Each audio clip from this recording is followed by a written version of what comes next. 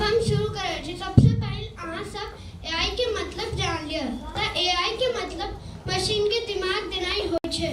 सोचू अगर मशीन सोच सके, सीख सके, हमार सब जना और हम सब के परेशानी के हल कर सके।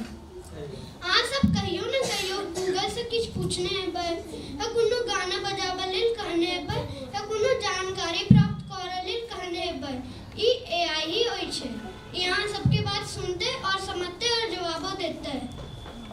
जो अहाँ सब वीडियो गेम खेलाय छी त ओय में एआई मौजूद होय छै और गेम के नीक और मजेदार बनाबे में मदद करै छै।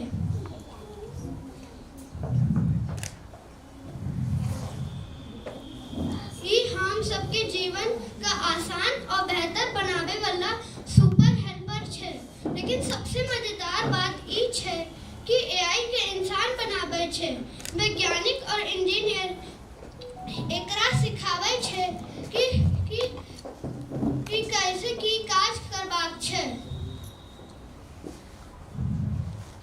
एआई बड़ कमाल के छै, लेकिन हम सबके एकरा समझदारी से इस्तेमाल करबाक चाही और हम सबके एकरा केवल नीक काज लेल इस्तेमाल करबाक चाही।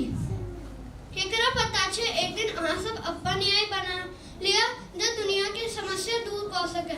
हम आशा करे छी कि अहाँ सबके हमर भाषण नीक लगले पर धन्यवाद।